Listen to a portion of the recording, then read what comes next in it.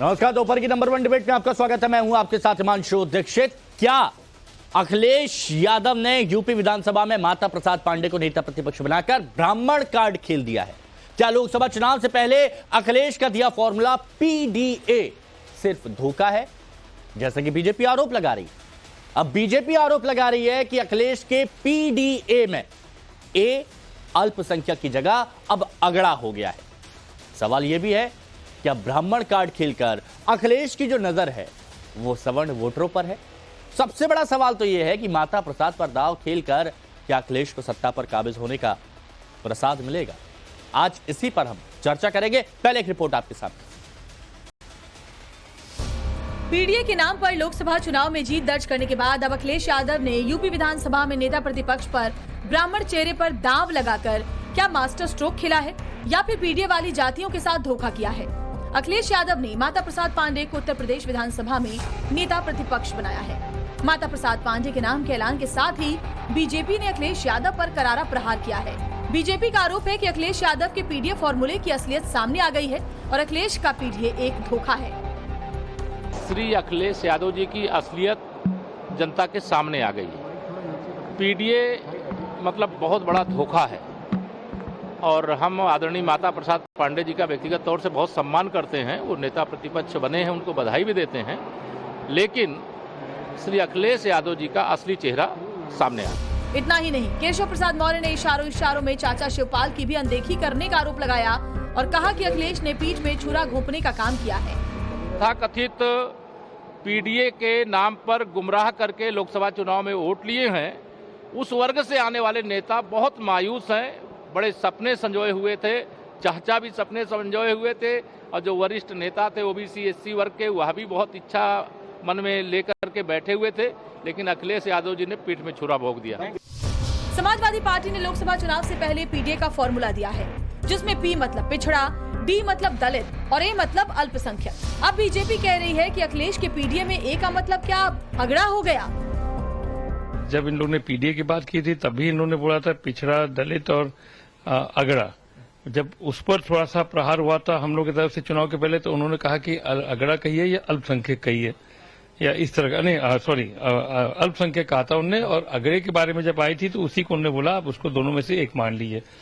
अब तो ये इनका अंदरूनी मामला है कि जो इनके पास जो सदस्य हैं कि वरिष्ठ को बनाए कि जाति के नाम पर किसी दलित को बनाए या पिछड़ा को बनाए, ये तो इनका अंदरूनी मामला है। वैसे तो क्योंकि माता प्रसाद पांडे जी आदरणीय हमारे जिले के ही हैं, क्यों पीडीए को तो हाई है। और जहां तक मेरा प्रश्न है कि ब्राह्मण चेहरे के नाते बनाया गया, ये सवाल नहीं, मैं समाजवादी पार्टी का यूं एक कार्यकर्ता रहा हूं।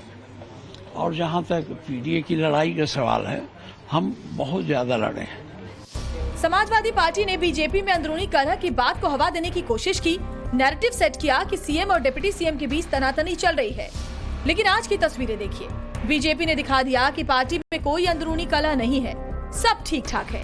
जबकि अब अखिलेश ब्राह्मण कार्ड पर दांव लगाकर बीजेपी के निशाने पर आ गए हैं। लेकिन सवाल है कि क्या माता प्रसाद पांडे को नेता प्रतिपक्ष बनाने के पीछे अखिलेश का सियासी प्लान क्या है? दरअसल उत्तर प्रदेश में 12% ब्राह्मण वोटर्स हैं। अखिलेश माता प्रसाद पांडे पर दांव खेलकर बीजेपी के ब्राह्मण वोटर्स में सेंध की कोशिश कर रहे हैं। साथ ही अखिलेश की कोशिश है कि बीजेपी से छिटके साथियों को अपने पाले मिलाएं। यूपी में करीब 115 सीटों पर ब्राह्मण वोटर्स का प्रभाव है। 12 जिलों में 15% से ज्यादा ब्राह्मण वोटर्स हैं। ब्राह्मण चेहरे को नेता प्रतिपक्ष बनाकर अखिलेश का मकसद पूर्वांचल में पार्टी को मजबूती देना भी हो सकता है। लेकिन सवाल है कि क्या ब्राह्मण चेहरे पर दांव लगाकर अखिलेश यादव योगी आदित्यनाथ को टक्कर दे पाएंगे? सवाल ये भी है कि उस पीडीए का क्या जिसके दम पर अखिलेश ने लोकसभा में 37 सीटें हासिल की थी। क्या माता प्रसाद पांडे को नेता प्रतिपक्ष बनाने से पीडीए के वोटर्स और साथियों को अखिलेश एकजुट कर पाएंगे? अब देखने वाली बात यह है कि आने वाले चुनाव में अखिलेश यादव का ये प्लान कितना कारगर साबित होता है। ब्यूरो रिपोर्ट, टाइम्स नाउ, नव भारत। तो रिपोर्ट आप देख चुके हैं, जो बयानबाजी की गई वो भी आप सुन चुके हैं। अब देखिए, जो हमारे साथ मेहमान है उनसे हम आपको मिलवा देते हैं। हमारे साथ में आज बीजेपी के प्रवक्ता हैं एसएन सिंह साहब हैं, हमारे साथ अमिताभ भूषण जी हैं, वरिष्ठ पत्रकार हैं, प्रोफेसर सौरभ मालवीय जी राजनीतिक विश्लेषक हैं, और राजनीति में क्या कुछ हो रहा है बखूबी समझते हैं। तारिक खान साहब समाजवादी पार्टी के प्रवक्ता हमारे साथ में हैं, अजय वर्मा जी कांग्रेस की तरफ से हमारे साथ में, और दानिश कुरैशी जी AIMIM के प्रवक्ता हमारे साथ में। आप सभी का बहुत बहुत स्वागत है। तारिक भाई, तारिक भाई, बहुत सारे लोग, मैं अभी क्या बीच में कुछ ट्रैवल भी कर रहा था तो बहुत सारे लोगों ने मुझसे पूछा कि अगर आप बातचीत करते हैं तो जरा पूछ के बताइएगा कि PDA का मतलब क्या होता है। ए का मतलब खास तौर पर बताइएगा, क्योंकि पहले अखिलेश यादव जी ने ए का मतलब कभी अगड़ा बताया, कभी अल्पसंख्यक, कभी आधी आबादी भी कहा यानी महिलाओं, कभी आदिवासी का भी जिक्र किया। तो जरा आज ए पे क्लियर हो जाइए। ए से हुआ आधी आबादी स्लैश अल्पसंख्यक स्लैश अगड़े, तीनों लोग आ गए उसमें, और अपनी कही हुई बात को साबित भी कर दिया अखिलेश जी। माता प्रसाद पांडे को बना दिया, जो कि ब्राह्मण चेहरा है, उनको विधानसभा अध्यक्ष बना दिया, तो अगड़े का कंट्रीब्यूशन हो गया। अच्छा एक बात बताइए मुझे, देखिए आप डी और ए गायब है इनके में, डियरनेस अलायंस, डीए होता है डियरनेस अलायंस, बीजेपी के पास डीए है ही नहीं। दो उप मुख्यमंत्री, एक पंडित एक बैकवर्ड, दलित है ही नहीं, दलित गायब, दलित जीरो। अल्पसंख्यकों की तो बात ही न करें, उनके तो ये जानी दुश्मन है, उनको देखें तो मार डालें, तो कुछ बनाने की तो बात ही अलग है। अच्छा। तो इनका जो ताना बाना है उसमें डीए कहाँ है बताइए आप। अच्छा, न दलित है और न अल्पसंख्यक है। हमसे कहा जाता था कि हम फॉरवर्ड विरोधी हो गए, ये कर कर अखिलेश जी ने ये दिखा दिया कि जो समाजवादी लोग हैं वो एक समन्वय है, सबका समागम है, और माता प्रसाद पांडे के ये लोग इज्जत करते हैं भाजपा वाले। जब वो विधानसभा में खड़े होंगे तो उनको नमस्कार करेंगे बड़े सम्मान के साथ, क्योंकि विधानसभा अध्यक्ष रहे हैं और नेताजी के संघर्ष के समय के साथी हैं, और विधानसभा में लड़ेंगे, लड़ाई लड़ेंगे। और मैं ये कह रहा हूं कि अखिलेश जी पे जो आरोप लग रहा था कि फॉरवर्ड के बारे में अखिलेश जी सोचते ही नहीं, अगला जो सिर्फ यादव के बारे में सोचते हैं और अल्पसंख्यकों के बारे में सोचते हैं, ये आरोप थे। हाँ, वो पता नहीं क्यों MY कहा करते हैं, MY में समझ नहीं पाता होता क्या है, मगर कहा करते हैं ये लोग। तो उसका जवाब भी दिया है उन्होंने कि हम एक जो सोशल इंजीनियरिंग है, जो समाज का ताना बाना है, सबको साथ लेंगे और लेके आगे बढ़ाएंगे। वो लोकसभा में आपको दिखेगा अवधेश साहब, जो कि एक जनरल सीट पे दलित जीत के गया, वो सीट जनरल है फैजाबाद की, जिसमें अयोध्या नहीं, लेकिन एक सुनिए ना, मैं आपकी बात से इत्तेफाक रखता हूं, बहुत अच्छे तरीके से आपने बताया और इस पर मैं बीजेपी से सवाल पूछूंगा, लेकिन आपके लोगों के लिए, क्योंकि आपने कहा पीडीए, तो जरा एक क्लियर कर दीजिए ना। जैसे पीडी क्लियर है, पिछड़ा दलित ये क्लियर है, स्पष्ट चाहिए, तो ऐसे ही एक क्लियर कर दीजिए एक बार। नहीं, ए देखिए मैंने कहा ना कि ए में तीनों लोग आते हैं, हम किसी को छोड़ थोड़ी ना, ये हालात को देखते हुए आते हैं, जहां पर आदिवासियों की भीड़ ज्यादा वहां आदिवासी, जहां पर अगड़े ज्यादा वहां अगड़ा। अच्छा, जनेश्वर मिश्रा का आपने नाम सुना है? लखनऊ में एक बहुत बड़ा पार्क बना हुआ है, उनको हम लोग क्या कहते हैं पता है? छोटे लोहिया। हाँ। कितना सम्मान दिया एक ब्राह्मण चेहरों को समाजवादी पार्टी ने, क्यों? मैं आपकी बात समझ रहा हूं तारिक भाई, मैं आपकी बात समझ रहा हूं, मैं तो बस इतना पूछ रहा था, जैसे पीडीए में पीडी कंफर्म है, ऐसे ही एक कंफर्म बता दीजिए क्या है। पीडी जैसे कंफर्म है, ऐसे एक कंफर्म बता दीजिए, फिर आगे सबसे और भी सवाल है। ए में जब जरूरत पड़ेगी तो तारिक खान आएगा, ए में जब जरूरत पड़ेगी तो माता प्रसाद पांडे आएगा, और ए में जब जरूरत पड़ेगी तो जूही सिंह जैसी महिलाएं आएंगी। तीनों लोग आ गए, और डिंपल यादव जैसी महिलाएं आएंगी, जो आधी आबादी। देखिए, बहुत गहरी बात यहां पर तारिक भाई कह गए, और सबसे बड़ी बात आप सोचिए कि अखिलेश यादव की बुद्धि कितनी तेज चलती है, और इसीलिए कहते हैं कि कितने प्रखर वक्ता हैं वो समझते हैं कहां पर किसका क्या इस्तेमाल करना है, इसीलिए वक्त वक्त पर आदिवासी भी बोला, अगड़ा भी बोला, अल्पसंख्यक भी बोला, आधी आबादी महिला ही बोला, किसी को नहीं छोड़ा उन्होंने। अब एसएन सिंह साहब एक बात बताइए, जब समाजवादी पार्टी या कांग्रेस आप लोगों से अगर कहती है कि आप दलितों को, पिछड़ों को ध्यान नहीं देते, अल्पसंख्यक पे ध्यान नहीं देते, तो आप बोलते हैं कि ऐसा कुछ नहीं है। अब अगर वो कुछ कर रहे हैं तो आप उन पर क्यों चढ़े जा रहे हैं? नहीं, हम नहीं चढ़ रहे हैं। शिवपाल जी आज सुबह सुबह एक शेर और शायरी पढ़ रहे थे। हाँ। शिवपाल जी आज कह रहे थे कि मैं तुम पर हर बार भरोसा करता हूँ, इतना सच्चा झूठ तुम्हारा होता है। अरे वाह, फिर से पढ़ दूं हिमांशु जी? बहुत मार्मिक, मैं बहुत तुम मार्मिक। पर हर बार भरोसा करता हूँ, हाँ। इतना सच्चा झूठ तुम्हारा होता है। वाह रे अखिलेश जी। देखिए बच्चे, गांव में एक बड़ी सुंदर कहावत है, वृथा न जाए देव ऋषि बाणी। हिमांशु जी, जो ऋषि मुनि कहे, बुजुर्ग कहे, माता पिता कहे, उस बात पे भरोसा करना चाहिए। मुलायम सिंह जी ने बड़े विनम्रता से उदाहरण देते हुए कहा था, जो हमारा नहीं वो तुम्हारा क्या होगा। चाचा के लिए भी कहा, दलितों के लिए भी कहा, सुपर चाचा आजम खान के लिए भी कहा, और जनता के लिए भी कहा। अल्पसंख्यकों के लिए कहा कि वो सिर्फ धोखा है, अखिलेश यादव सिर्फ धोखा है। आज अल्पसंख्यकों को क्या मिला? धोखा। चाचा को क्या मिला? धोखा। दलितों को क्या मिला? धोखा। और इनका जो पीडीए है ना, वो समय समय पर, जैसे हमारे मित्र भी कह रहे थे, परिवार डेवलपमेंट अथॉरिटी हो जाता है, सरकार बनती है तो 28 लोगों को ही लाल बत्ती मिलती है, बाकी लोगों को धोखा मिलता है। तो निश्चित तौर पे ऐसे कार्यों को करते रहते हैं। और आप देखिए ना, तो ये बताइए दिक्कत आपको क्या हो रही है? आपको क्या दिक्कत हो रही है? नहीं, हमें हिमांशु जी, हमें क्यों दिक्कत होगी? हम तो एक जिम्मेदार राजनीतिक पार्टी होने के नाते बता रहे हैं कि जो व्यक्ति परिवार का नहीं हो सकता, माता पिता का नहीं हो सकता, समाज का नहीं हो सकता, दलितों का नहीं हो सकता, मुझे सीधा जवाब दीजिए सिंह साहब, सीधा जवाब दीजिए।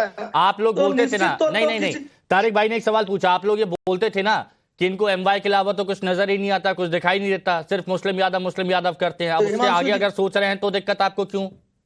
हिमांशु जी, आपको लग रहा है क्या कि हिमांशु जी कचहरी में ना मदारी एक दवा बेचता है, वो भीड़ किस लिए इकट्ठा करता है? हिमांशु जी कहता है हम सांप नेवले की लड़ाई कराएंगे। लोग इकट्ठे खड़े हो जाते हैं कि भाई हम भी देखें जरा सांप नेवले की लड़ाई कैसी होती है, लेकिन हमने कभी सांप नेवले की लड़ाई देखी नहीं। वो अपना दवा बेचकर चला जाता है। यही काम अखिलेश यादव जी कर रहे हैं, समय समय पर अपने काम को बना ले रहे हैं। अरे चाचा जी तो ये तो उनसे तो आपको सीखना चाहिए, उनसे तो आपको सीखना चाहिए कि कैसे वो अपना काम निकाल लेते हैं, और आप समझ ही नहीं पाते कि क्या कर रहे हैं वो।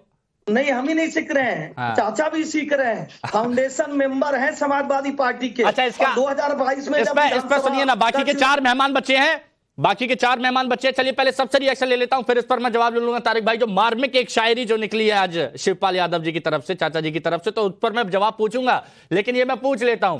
दानिश जी जरा ये बताइए, ये मुद्दा बनाया जा रहा है कि पीडीए अल्पसंख्यक को इग्नोर किया जा रहा है और फोकस 2027 के चुनावों में सवर्ण वोट बैंक पर है। क्या इससे कहीं किसी तरह का कोई असर पड़ेगा? देखिए, मैं आपको एक बात कहूं कि राजनीति के अंदर में जो भी समाज जिस किसी भी पार्टी को समर्थन करता है, हमेशा से पार्टियां उसका रिवॉर्ड अच्छे तरीके से उनको देती है।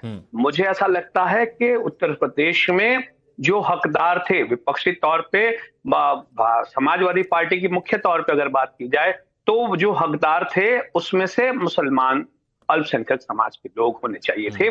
बजाय उसके होता यही है कि अकेले समाजवादी पार्टी की या अखिलेश यादव की बात नहीं है, तमाम जगहों पर आप देखेंगे मुसलमानों का यही आलम होता है। आपको याद हो तो चुनाव वाले दिन मैंने कहा था कि शाम को 5:30 बजे जैसे ही चुनाव खत्म हो जाएगा, इसके बाद कोई पूछने नहीं आएगा, कोई कहने नहीं आएगा, कोई सुनने नहीं आएगा। इतना सारा मामला बना। आप देखिए, चाहे घर तोड़े गए हों, चाहे मकान तोड़े गए हों, चाहे बुलडोजर हो, चाहे आप देखें कि मस्जिदें ढक दी गई हो, चाहे कावड़ यात्रा हो, चाहे होली हो, इन तमाम चीजों पे कभी कोई सवाल दानिश कुरैशी जी, मतलब निकाल लिया यहाँ पर अखिलेश यादव ने? हाँ, बिल्कुल निकाल लिया। और मैं तो ये कहता हूं कि उन लोगों को समझना पड़ेगा, पूरे उत्तर प्रदेश के लोगों को। देखिए, हमें माता प्रसाद हो या और कोई भी हो, जो नेता है वो अपनी पार्टी के हैं, उससे हमें कोई व्यक्तिगत प्रॉब्लम नहीं है। लेकिन होना ये चाहिए कि जो भी पार्टी है, कोई भी पॉलिटिकल पार्टी है, जिस पार्टी को जिस समाज ने ज्यादा से ज्यादा वोट दिया, कम से कम इस मौके पे आज एक जगह तो बनानी चाहिए थी उनकी। तो आप देखिए आपकी जगह कहां है। तो फिर जब असद साहब कहते हैं कि बस दरी बिछाने का हमारा काम है, तो वो तो नहीं चलेगा ना। तो हम तो सवाल पूछेंगे। अजय वर्मा जी बताइए, क्या इससे आपकी राजनीति पर कोई असर पड़ेगा? क्योंकि आप दोनों लोग साथ में हैं, समाजवादी पार्टी भी साथ में है, कांग्रेस भी साथ में। अब ए पर क्लियर नहीं हो पा रहे, ये कहा जा रहा है कि जब जैसी जरूरत पड़ेगी उस हिसाब से ए का इस्तेमाल किया जाएगा। क्या इसका गलत इंपैक्ट नहीं पड़ेगा? हिमांशु जी, हम हिंदुस्तान में सर्वधर्म सद्भाव की और सबका साथ सबके विकास की राजनीति कर रहे हैं। हम प्रोपोगेंडिस्ट नहीं है। झूठ बोलो, जोर से बोलो, तेज बोलो, सुबह बोलो, बार बार बोलो, झूठ बोलो, वो काम नहीं करते। आज समय अनुसार अगड़ों के खिलाफ हो जाएंगे, तो आज पिछड़ों के खिलाफ हो जाएंगे, आज अल्पसंख्यक के खिलाफ हो जाएंगे। हम संविधान के रक्षक हैं, हम संविधान के भक्षक नहीं है। हम भारत की सभ्यता में हिंदू, मुस्लिम, सिख, ईसाई, बौद्ध पार्टी सबका साथ और सबका विकास की बात करते हैं। अच्छा, ये बताइए पंडित जी, जैसे अभी आपने कहा कि साहब स्पीकर नेता विपक्ष बना दिया, अखिलेश जी पिछड़े हैं, दिल्ली में दल के नेता हैं और सारे नेता दल के हैं। अयोध्या से देखा था आपने, जीते ही थे, तो पेटेंट करा लिया है बीजेपी ने क्या पंडितों को और ठाकुरों को।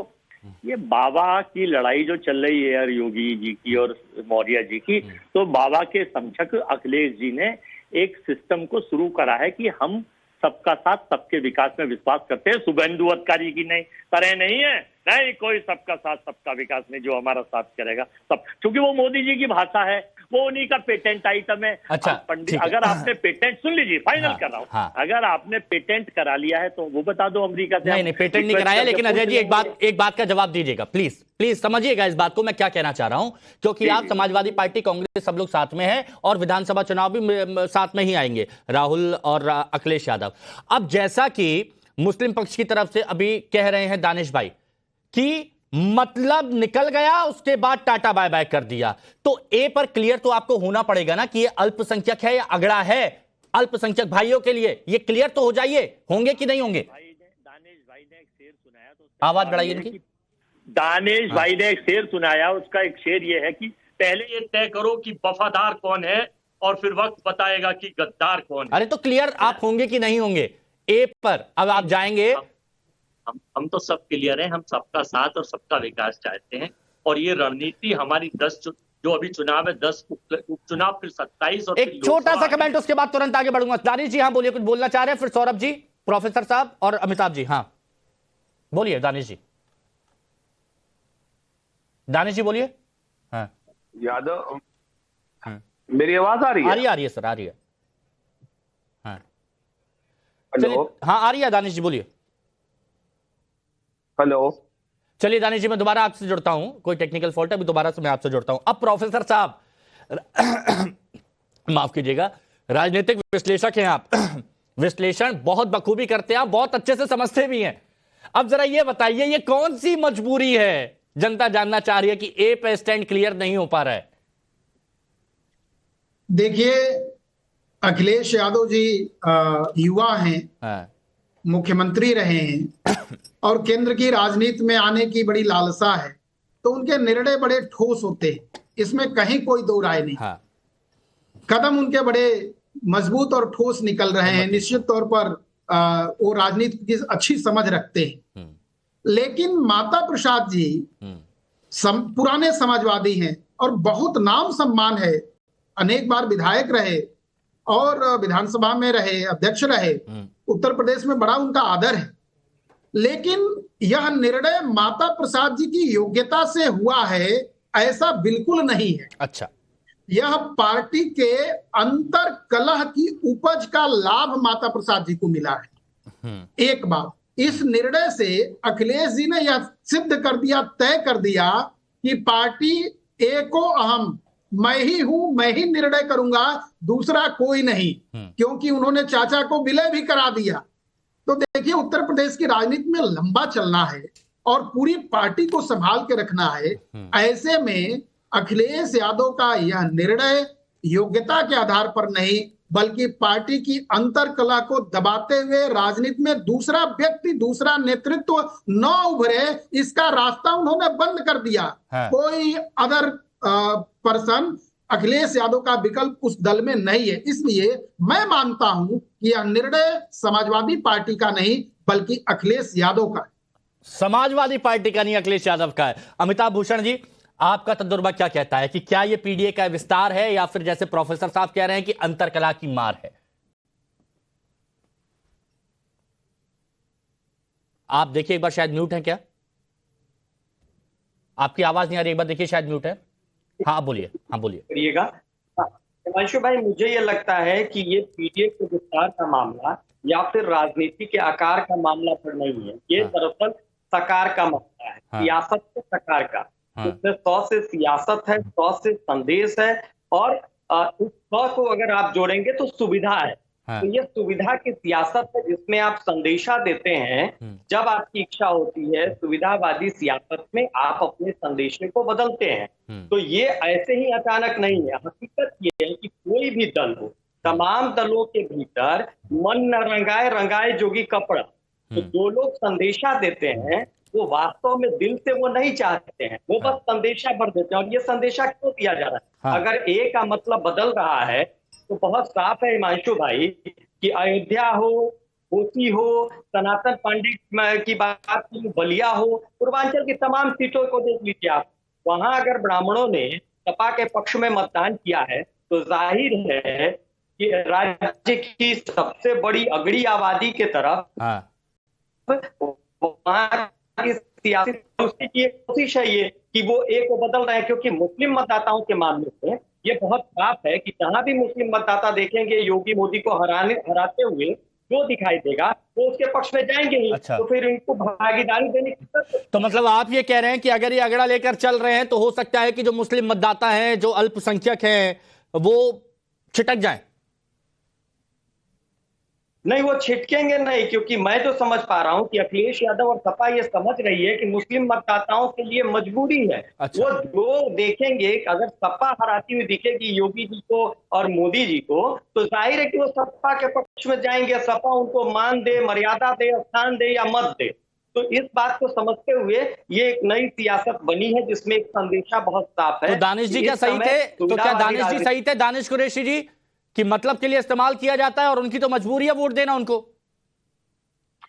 नहीं, देखिए, मतलब के लिए इस्तेमाल नहीं, ये इसी सवाल था मेरा। ये जो दानिश जी कह रहे थे वो सही बात थी? सही थे।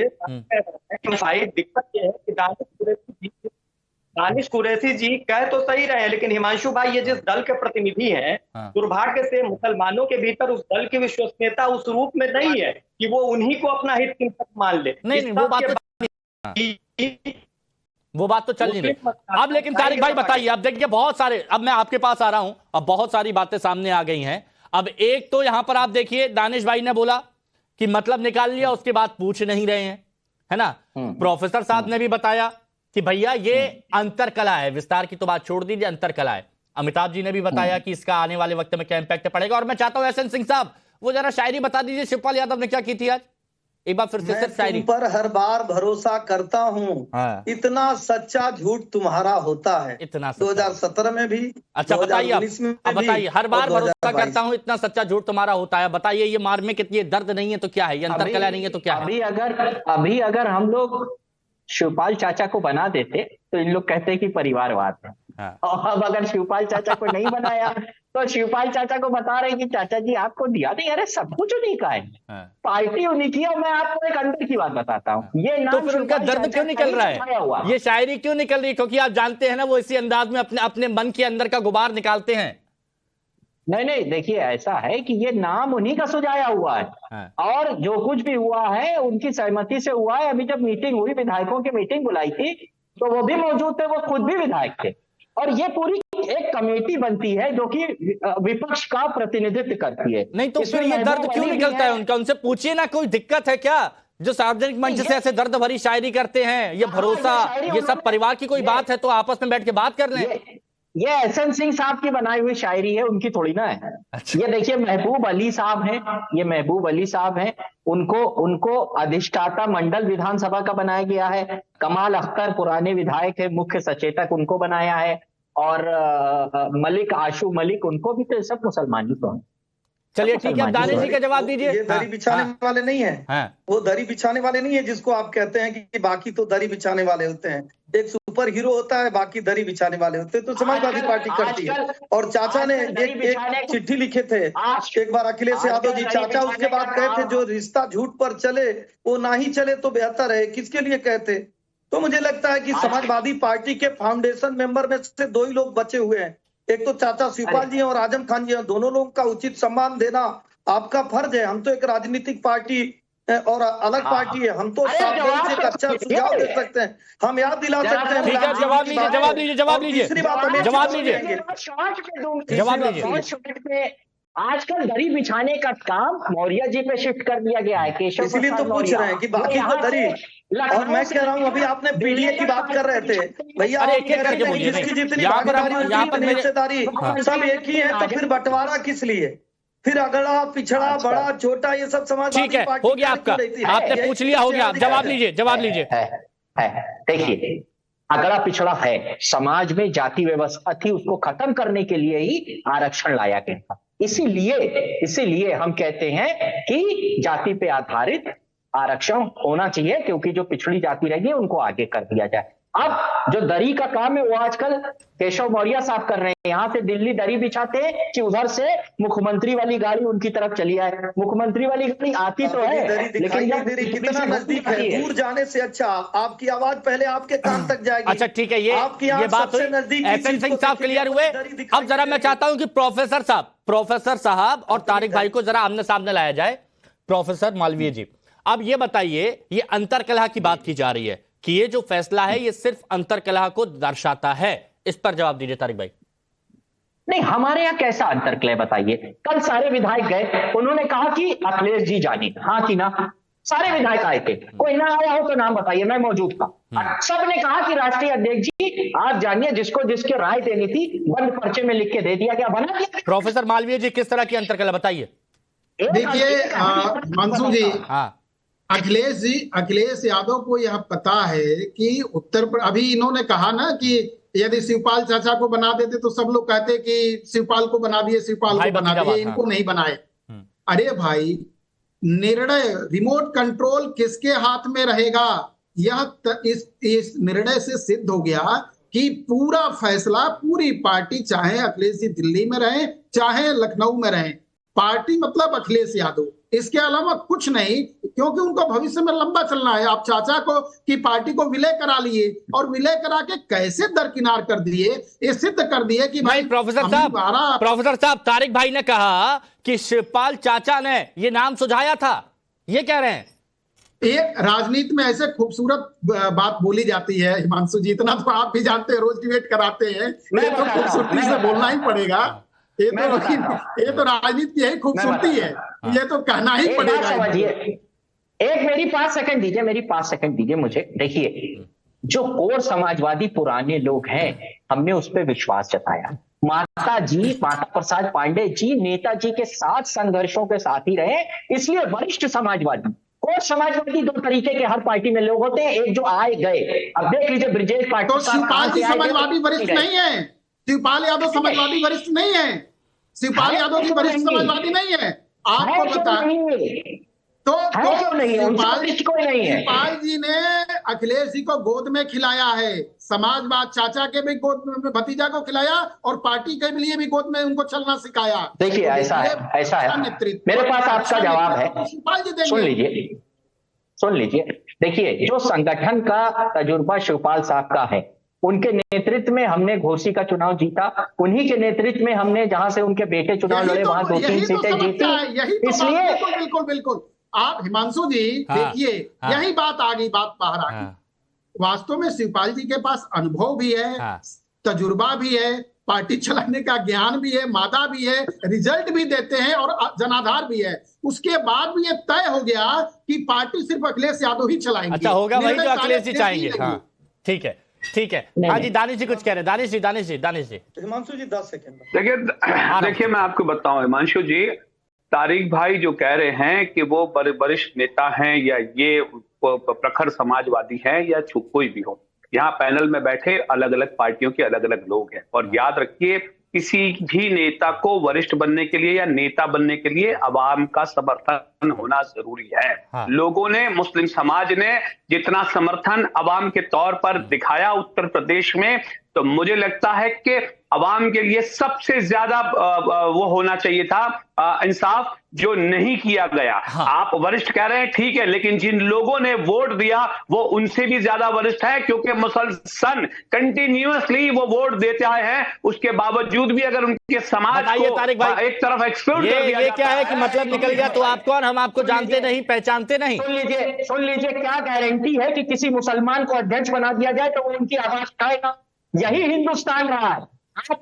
आपने पिछड़े को डिप्टी सीएम बनाया, बड़ी आवाज उठा रहे पिछड़ों की, कोई आवाज नहीं उठा रहे। किसी समाज के आदमी को बनाने का मतलब ये नहीं है कि वो आपकी आवाज उठाएगा। मुसलमानों की आवाज अखिलेश यादव साहब जब जरूरत पड़ती है नेताजी ने उठाया, और अखिलेश यादव से भी उठाते हैं कि हम अल्पसंख्यकों के साथ हैं। इसका मतलब ये नहीं है कि जरूरी है जब उनको बनाएंगे तभी साथ। अच्छा, अजय जी देखिए, अब अमिताभ जी के पास भी जाना है और सिंह साहब के पास भी जाना है। मेरे को अजय जी ये बताइए, अगर समाजवादी पार्टी और आप संयुक्त रूप से प्रचार करते हैं, जनसभा करते हैं, जाते हैं 2027 में, और वहां पर अगर कोई आपसे पूछ ले कि भैया ए के बारे में क्लियर बता दीजिए, तो वहां पर ये कहा जाएगा पिछड़ा, दलित, अल्पसंख्यक स्लैश अगड़ा स्लैश आधी आबादी, महिला स्लैश आबादी, यही कहा जाएगा या फिर एक स्पष्ट कहा जाएगा? अभी तो हमारी 2024 में होने वाले 10 जो उपचुनाव, तो 10 हमें कैसे जीत रहे हैं इन प्रोपोगंडिस्टों से, इन लोगों से जो की बुनियाद पे देश चलाते। अभी हमारा टारगेट और फोकस इस पे, ना हम अगड़े पे, ना पिछड़े पे, ना ब्राह्मणों पे, ना देखिए 4 वर्ण व्यवस्था थी, आपको याद हो हिमांशु जी, जब नहीं तो किसी पर टारगेट नहीं तो किस पे फोकस करेंगे? मैं बता रहा हूँ, हमारा सब पे फोकस है। देखिए 4 वर्ण व्यवस्था थी, जो ब्राह्मण, राजपूत यानी क्षत्रिय और वैश्य और शूद्र जो आजकल एससी और वो बने, शुरू से जब सस्ती चली थी। तो आज इनको बदल के और डिवाइड होता चला गया। तो हम ये चाहते हैं देश की सरकार सबसे पहले जातीय जनगणना करे, वो छुट्टे मामले में ना उड़ जाए, जनगणना करे, और हम सबका साथ सबका विकास का जो इनका नकली नारा है, हमारा असली नारा उसे। ठीक है, ये नकली नारा, ये असली नारा। सिंह साहब अब बताइए कैसे बचाएंगे आप अपना वोट बैंक? अब सवर्णों पर नजर है, 2027 क्या देखते हैं आप?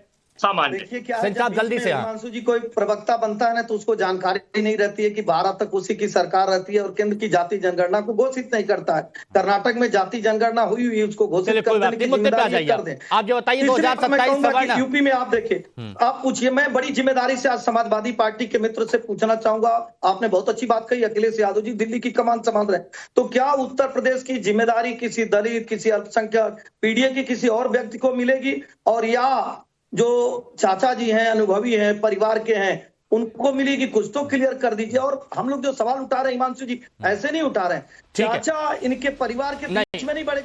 चलिए ठीक है, ये सारी बात क्लियर हो गई, लेकिन अब सबको साधने की बात कही जा रही है। हालांकि पुराने वक्त में कहा गया है कि एक के साधे सब सधे, सब साधे सब जाए, तो क्या होता है अब देखना होगा। देखिए वक्त की कमी है, माफी के साथ जिसके पास मैं कम बात कर पाया उनसे माफी चाहता हूं। फिलहाल यहाँ पर रोक लगानी पड़ेगी ब्रेक पे।